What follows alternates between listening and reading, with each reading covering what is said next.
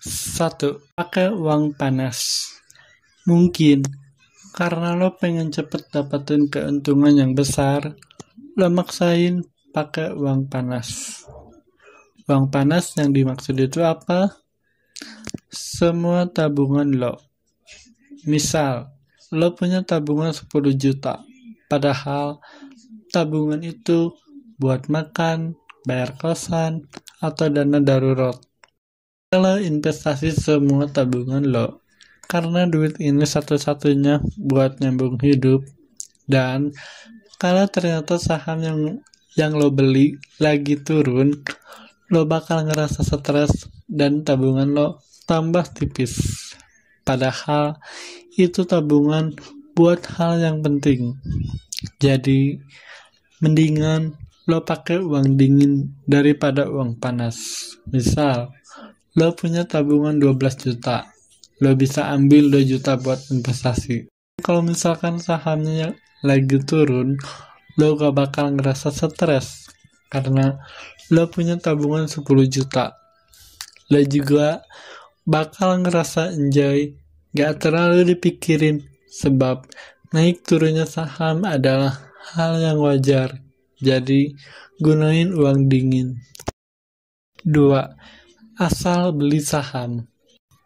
Itu juga bukan berarti lo boleh asal beli saham, karena mentang-mentang lo pakai uang dingin. Lo juga harus analisis sebanyak yang lo tahu sebelum dibeli. Ya, minimal lo tahu dulu ini. Bergerak di bidang apa perusahaan ini? Gimana laporan keuangannya? Apa produk yang dihasilkan? Bagaimana pertumbuhannya? Inilah sedikit contoh yang disebut dengan analisis fundamental. 3. Gak sabaran. Banyak yang pengen cepat kaya dari saham, jadi beli dan jual saham terlalu sering. Padahal strategi ini bisa bikin rugi karena biaya transaksi dan potensi salah timing. Akhirnya malah nyangkut di harga tinggi pas tren udah mulai turun. Ingat, investasi saham itu harus sabar.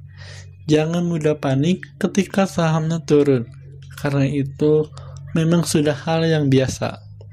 Lo juga jangan FOMO, kebelet uang cepat, karena gak ada yang instan main saham itu. Lo juga perlu banyak belajar tentang investasi saham. 4. Terlalu fokus main saham. Lo terlalu fokus main saham tanpa lo kerja. Kecuali kalau lo main saham dengan modal yang gede atau punya tabungan yang banyak. Sedangkan lo main saham hanya dengan modal yang kecil. Bukannya gimana-gimana ya bro. Prosesnya bakalan lama. Lo perlu realistis juga. Perlu buat makan dan hal yang lainnya. Jadi, lo juga harus kerja. Cari penghasilan tambahan. Supaya ketika lo gajian, lo bisa diinvestasiin sebagian penghasilannya.